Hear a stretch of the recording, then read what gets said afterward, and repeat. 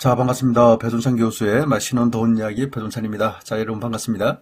집값이 떨어지고 있죠. 그런데요, 집값은 떨어지는데 깡통 전세까지도 이제 속출을 할 것 같아요. 특히 이런 지역은 더 조심하셔야 될 것 같은데, 뭐 어찌됐든 현재 집값은 떨어지고 있는 와중이다라고 말씀을 드릴 수 있을 것 같고요.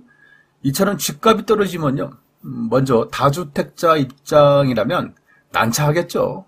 집에 한 세 채, 네 채 있는데 집값이 지금 다 같이 떨어지고 있어. 그러니 어떻게 보면 자산의 감소? 그렇죠. 그러니 다주택자 입장이라면 충격이다라고 이렇게 말씀을 드릴 수 있을 것 같고요. 그렇다면 주택 한 채 있는 사람, 뭐 1가구 1주택자 입장은 어떠할까요? 뭐 어차피 뭐 거주하고 있는 집이니까 물론 뭐 집값이 올라가면 좋겠지만은 그렇다고 뭐 폭락하지 않는 이상 조금 떨어져도 어차피 뭐 거주하는 집이니까 이렇게 넉넉하게 생각을 할 수 있다는 거예요. 그리고 무주택자 입장에서 집값이 떨어진다면 일단 뭐 기쁨이라고 이렇게 생각해야 되겠죠. 집값이 떨어진다? 그러면 전세 가격도 떨어진다? 월세 가격도 떨어진다. 따라서 주택이 없는 사람들 입장이라면, 무주택자 입장이라면 기쁨이다 이렇게 말씀을 드릴 수 있을 것 같아요. 집값이 떨어진다. 그런데 뭐 또 문제점이 있죠. 만약에 집값이 이처럼 떨어질 경우에는 깡통 전세에 대한 위험도 더 많이 증가된다라고 말씀을 드릴 수 있다는 겁니다. 여기서 깡통 전세라는 거는요, 예를 들어서 부동산의 매매 금액이 2억인데요. 그 부동산의 전세 금액이 2억 원 이상 한다. 이게 바로 깡통 전세가 되겠죠. 혹시라도 이 집이 경매를 당한다면, 그렇죠. 부동산의 매매 금액이 2억인데, 전세 금액이 2억 2천이었다. 그런데 낙찰 금액이 예를 들어서 1억 8천이었다. 그러면 전세금을 전부 돌려받지 못하는 그런 경우 수가 발생한다는 겁니다. 즉, 쉽게 말씀드려서 그 집이 만약에 경매를 당한다면, 아니면 전세 만기가 됐는데, 집주인한테 전세금 돌려주세요라고 말을 했는데, 집주인이 돌려줄 전세금이 없다라고 할 경우, 다른 세입자 구하고 가세요라고 할 경우, 그런데 다른 세입자도 없어. 왜냐하면 전세금이 떨어졌으니까. 이게 문제라는 거죠. 결국 세입자분들 입장이라면 오도 가도 못하는 그런 깡통 전세 순환을 당할 수밖에 없다라고 말씀드릴 수가 있겠죠. 특히 어제이죠. 3월 6일 한국도시연구소와 주거권 네트워크에서 발표한 2021년 실거래가 분석을 통해 본 주거정책의 과제 보고서를 살펴보면 이 보고서 내용이 굉장히 또 많죠. 페이지 수도 좀 굉장히 많은 페이지인데요.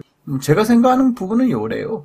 전국 아파트 전세 가율만 요 한 부분만 놓고 본다면 서울 같은 경우에는요. 2012년도 59.4%, 2013년도 64.8%고 2015년도 17년도에는 72.8%까지 올라갔다가 2021년 52.1%라는 겁니다. 요런 이야기는 뭐냐라고 하니까 집값이 그동안 많이 올랐다. 집값이 오른 만큼 전세 금액이 가파르게 뒤따라 오른 건 아니고 서울 같은 경우 집값이 원체 많이 오르다 보니까 집값은 10억 올랐다면 전세 금액은 예를 들어서 5억 정도 올랐다라고 말씀드릴 수가 있겠죠.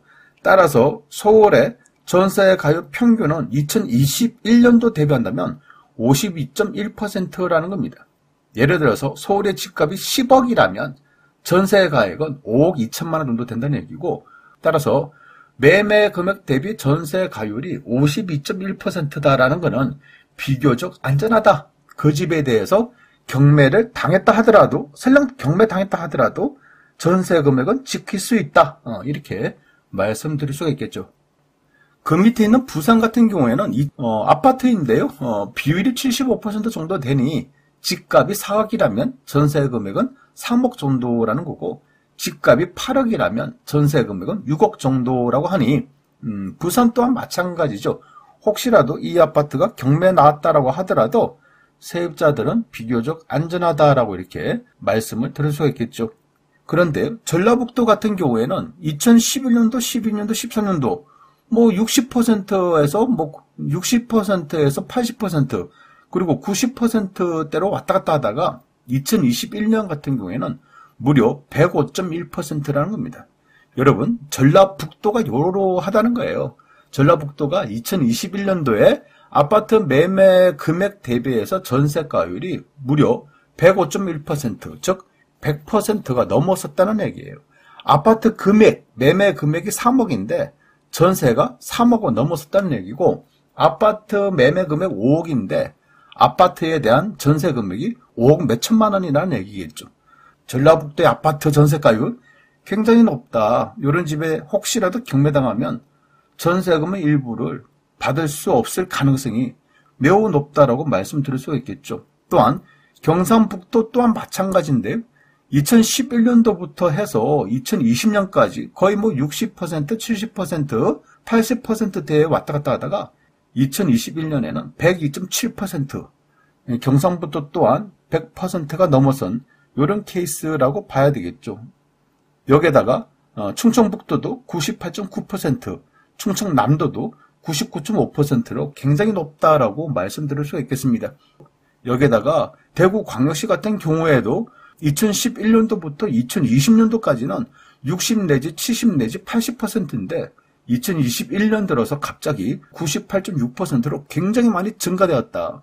대구광역시 또한 혹시라도 전세 살고 있는 그 집이 경매를 당한다면 전세금은 일부를 못 받을 가능성이 높아졌다라고 말씀을 드릴 수가 있겠죠. 말 그대로 전세 가격이 거의 아파트 매매 가격에 육박한다는 이런 사실을 우리는 자료를 통해서 이렇게 확인을 하였다는 겁니다.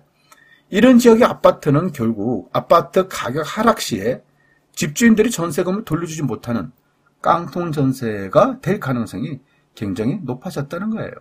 이러한 의미에서 부동산 전세를 구할 때는요, 항상 아파트 같은 경우에는 집값에 융자금하고 전세금 합계 금액이 80% 내외가 돼야 된다는 거예요. 80%가 넘었을 경우에는 위험하다라고 말씀드릴 수 있을 것 같고요. 빌라나 다세대 같은 경우에는 집값의 70% 내외, 이 정도 선에서 좀 지켜주셔야 될 것 같고요. 단독주택 같은 경우는 집값의 60% 내에서 지켜준다면 비교적 여러분들의 전세 금액이 안전하게 지켜질 수 있다라고 말씀을 드릴 수 있을 것 같아요. 물론 또 그래요. 집값이 올라갈 때는 집값도 올라가고 전세 가격도 올라가니까 전반적으로 이러한 깡통 전세에 대한 큰 문제점이 발생이 그다지 많이 안 될 수도 있겠죠.